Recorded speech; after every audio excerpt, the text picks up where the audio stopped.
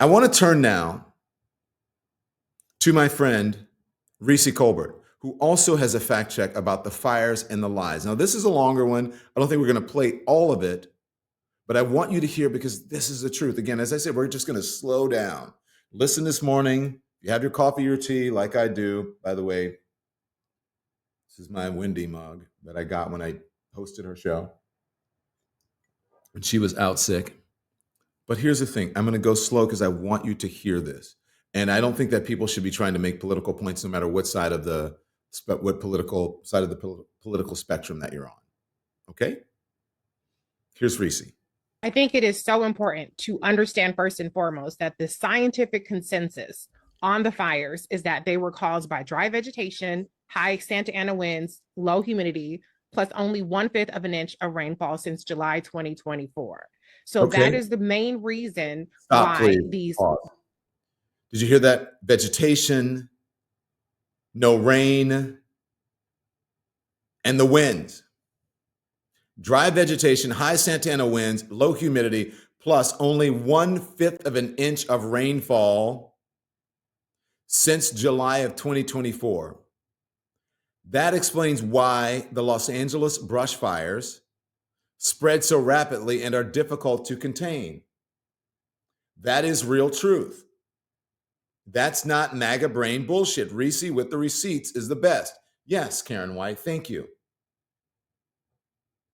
Let's continue, please. So that is the main reason why these brush fires have spread so rapidly and are so difficult to contain. As Rachel's already said, this has been so politicized with political operatives, I would point out on both sides with this Operation Blame the Black Woman, as though she could have done some Herculean effort to stop these wildfires and she chose not to. So they're using disinformation and out of context claims. And while I agree that our primary focus must absolutely remain on aiding those affected by the fires, we have to counteract false narratives because there's a cumulative impact of these false narratives being repeated. And if we are days and weeks late in responding to them, then it's too late to undo some of this damage. So okay.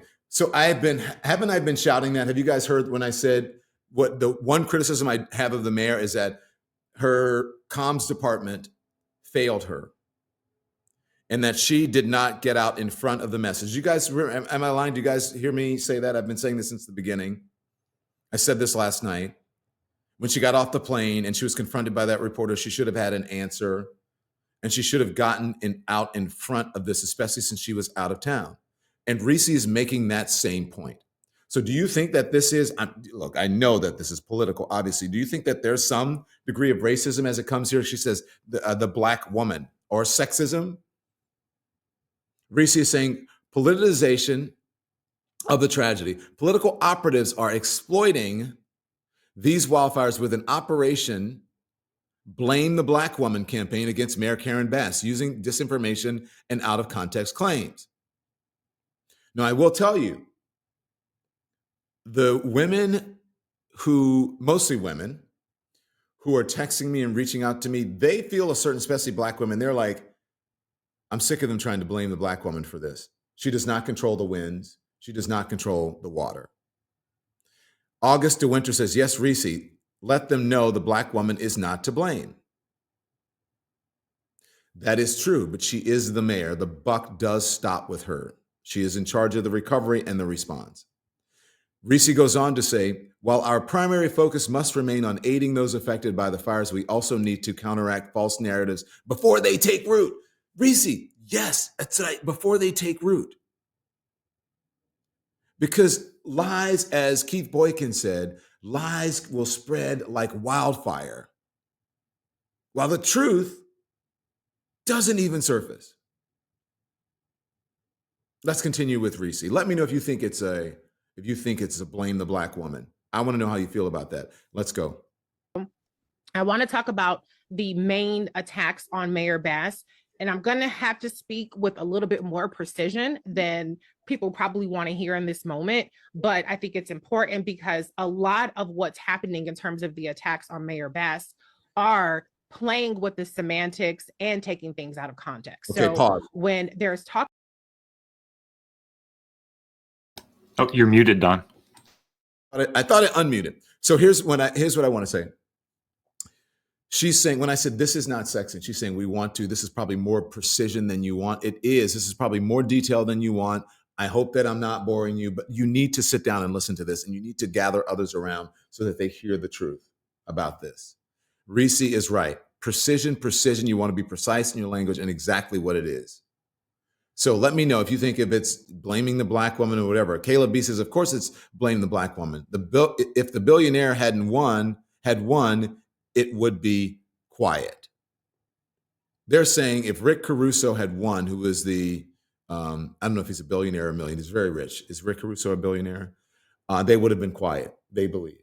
Folks would not be saying this, okay? Folks would not be MAGA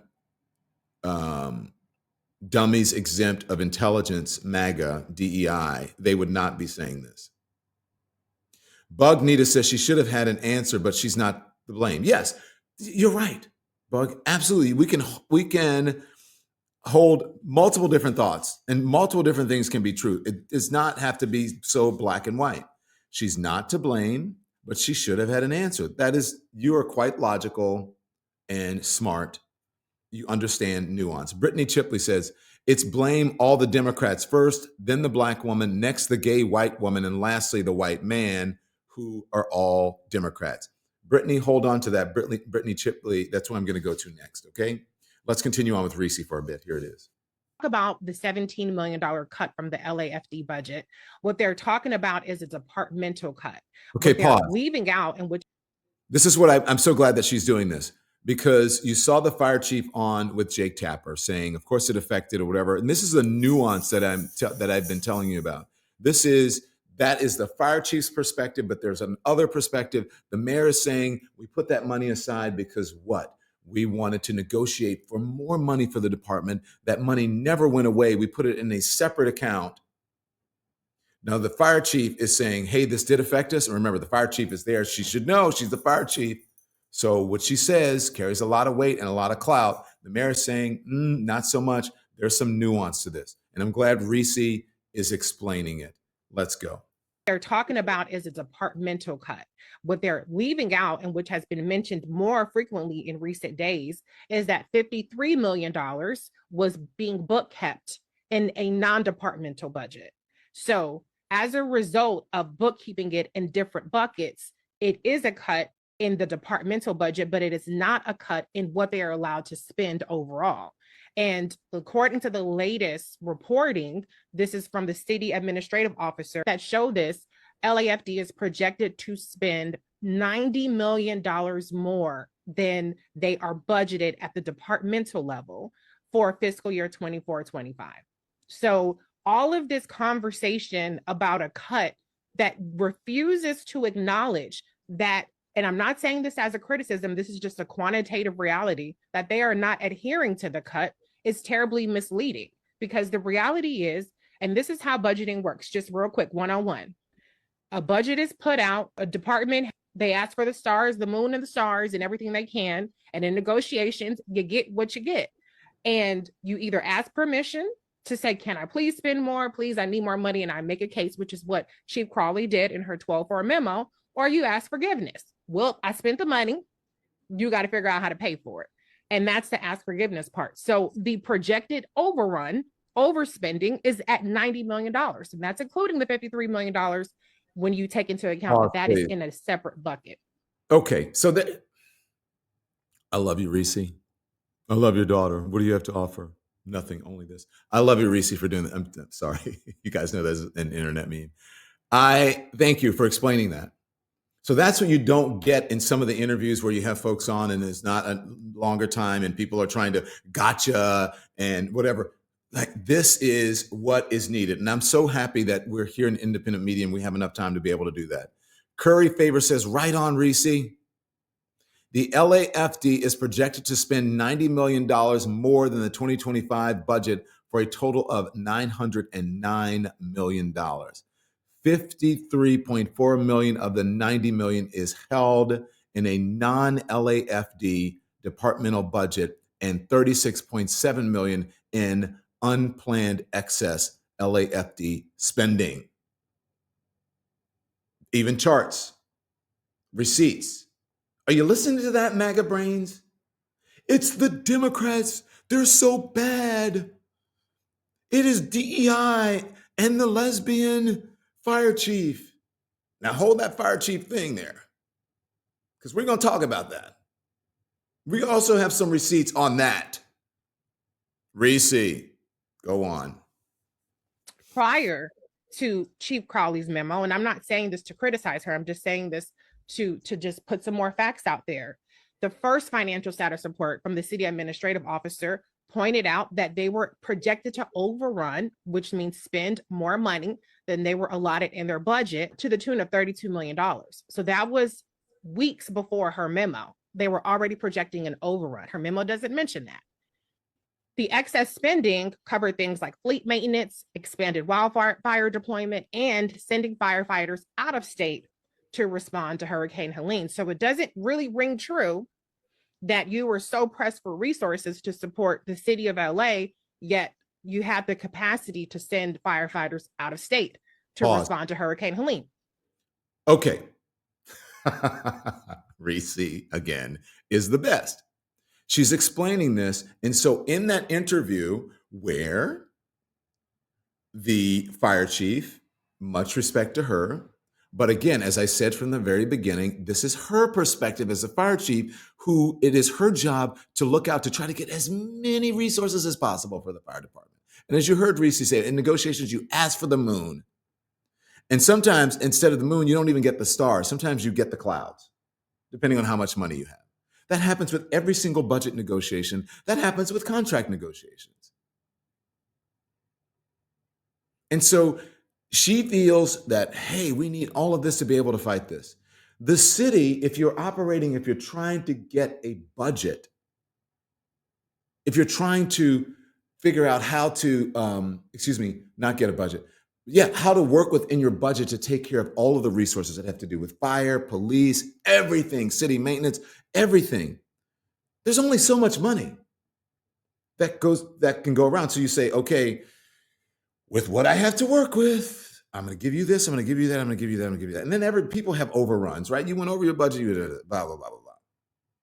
And so, the fire chief is not going to mention something, I believe, that is not really, that is detrimental to her or is not positive for her. She wants to be able to get, and that's what she should be doing. Seal Bear 23 says, Reese with the receipts, thank you. They need to shift the narrative and reason to climate change. Money isn't the issue here. Money is, it is, but it isn't. They could use more money. But it's not because if someone took away all this money and therefore the fire department can't operate or whatever. This is what cities do with their budgets. And in negotiations. Let's continue with Reese.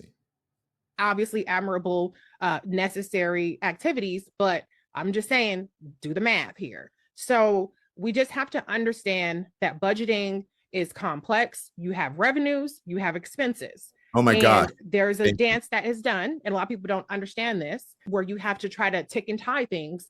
And in the process, some people spend more, some people spend less. And I'll just put this in another way. I think we all have worked for companies, especially in the past several years, where by the end of the year, you get to the end of the year and they say, okay, those of you can't get new computers, no more training classes, no more conferences, business conferences. If there are vacant positions. Oh, please.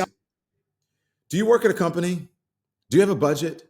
Especially if you're like in charge in some way of a budget or a project or anything, if you're in a company, you know what happens at the end of the year. Yes, let them know, Reese says, Jock Knox. You know what happens at the end of the year or when it comes budget time or at the end of the quarter when they say, what about the budget? They're like, we're way over.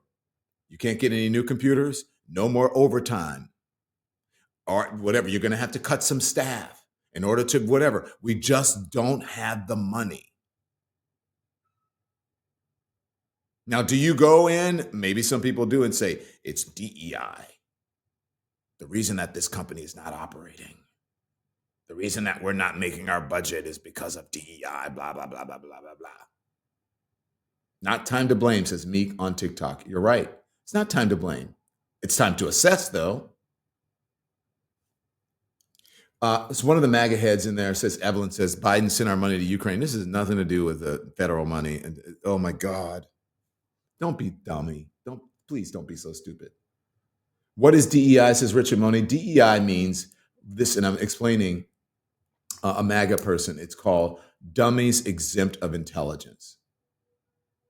That's what DEI means. We're changing the meaning. Dummies exempt of intelligence. Let's go, Reese. Don't hire for them. So those are the kinds of things that happen at the city level as well. But what I will say is that historically, this chief has overrun her budget. In the prior year, she overran it by $66 million. And now this year, they're projecting $90 million. So I just want to put to bed the idea that the fire department is not spending what they need to spend in order to support the residents. In the same way that this is projected to be the most expensive fire response in history for the state of California, you spend to do what you got to do. And then two other things I just want to highlight. I know I'm a little bit over on time. Is I know people have been saying, well, what about the LA controller who is talking about these budget cuts? Well, that person is not acknowledging what I've said now multiple times, that the expenditures, what they're spending is far exceeding the budget.